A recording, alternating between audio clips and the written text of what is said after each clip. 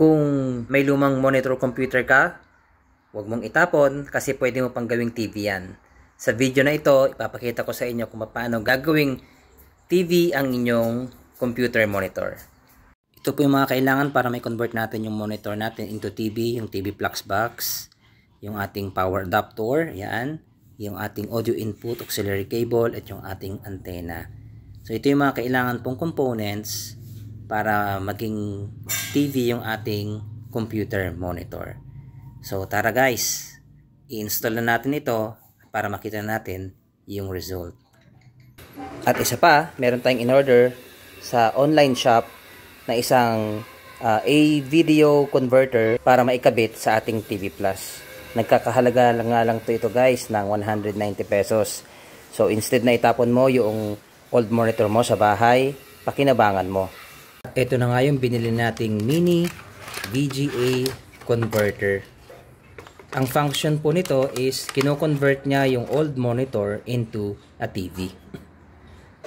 Meron siyang VGA port dito. Dito natin ikakabit yung cable from our monitor.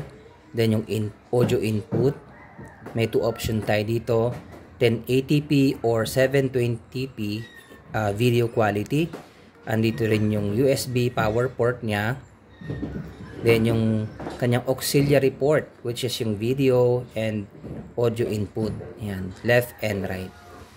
So, nabili natin to guys sa halagang 190 pesos. At isend ko sa inyo yung link mamaya or i-include ko dito sa video para kung gusto nyo mag-order, pwede kayong mag-order sa online shop na ito. So, ikakabit na natin itong mini device na ito na converter kasama yung ating TV Plus set kanina. Uunahin natin ang ating TV Plus box. Then ilalagay natin yung kanyang antena. So ito yung antena niya guys. Next is yung kanyang audio cable or audio input. Next, kapag nailagay na natin itong audio cable niya, itong kanyang power supply, kabit natin. Ang kagandahan pala nito guys is kung may HDMI kayo na monitor, pwede rin siya. Siyempre, pero yung bibili nyo naman na device is converter naman para may convert yung VGA to HDMI. So ayan. Then ang lastly natin is yung ating mini AV VGA converter. So ito yung ating computer cable or monitor cable. Isasaksak natin siya dito sa VGA converter natin. Then yung sa ano natin kanina sa audio input natin. So yung audio video, mayroong color indicator guys. So yellow is yellow,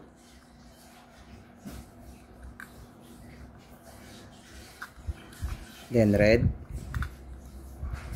then yung white.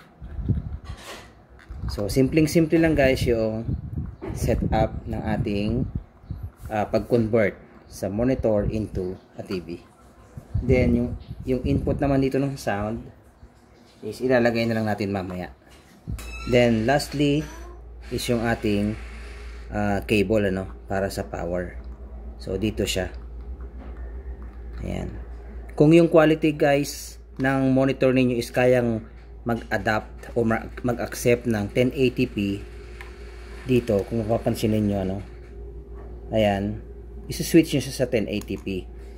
Pero kung yung monitor niyo naman is ang kaya lang is 720p, so ilalagay nyo lang siya sa 720p. Ngayon, pwedeng gamitin natin dito is yung charger, adapter, or pwede rin naman yung power bank. Sa case natin, ang gagamitin ko na lang is power bank para medyo komportable guys. So meron akong power bank dito, kakabit ko lang siya dito para umilaw o gumana yung ating mini AV VGA converter. So makikita nyo guys, may response na kaagad. Nag-response na yung ating computer monitor na E52 no signal. So ibig sabihin, actively nagre-response na yung ating mini adapter converter. Ang gagawin na natin is i-open na lang natin, i-on na lang natin yung ating TV Plus at i-auto program natin. Ito turn on na natin yung ating TV Plus. So as you can see, nakita na natin yung welcome image sa TV Plus. Hintayin nating mag-load at check natin kung makakasaga ba siya or ng signal at magiging totally TV na yung ating monitor. Okay, so ilipat natin ang channel.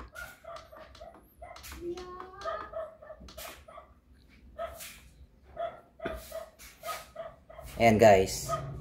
So sa mga nagbabalak na itapon nila yung kanilang mga old monitor, mag-isip-isip muna kayo kasi pwede nyo pong pakinabangan yan gamit ang mini AV VGA converter na ito.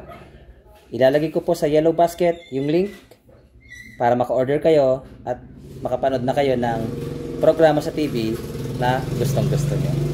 So ingat, maraming salamat po sa panonood at sana nagustuhan nyo po ang maikling tutorial na ito. Sana bumili na rin kayo.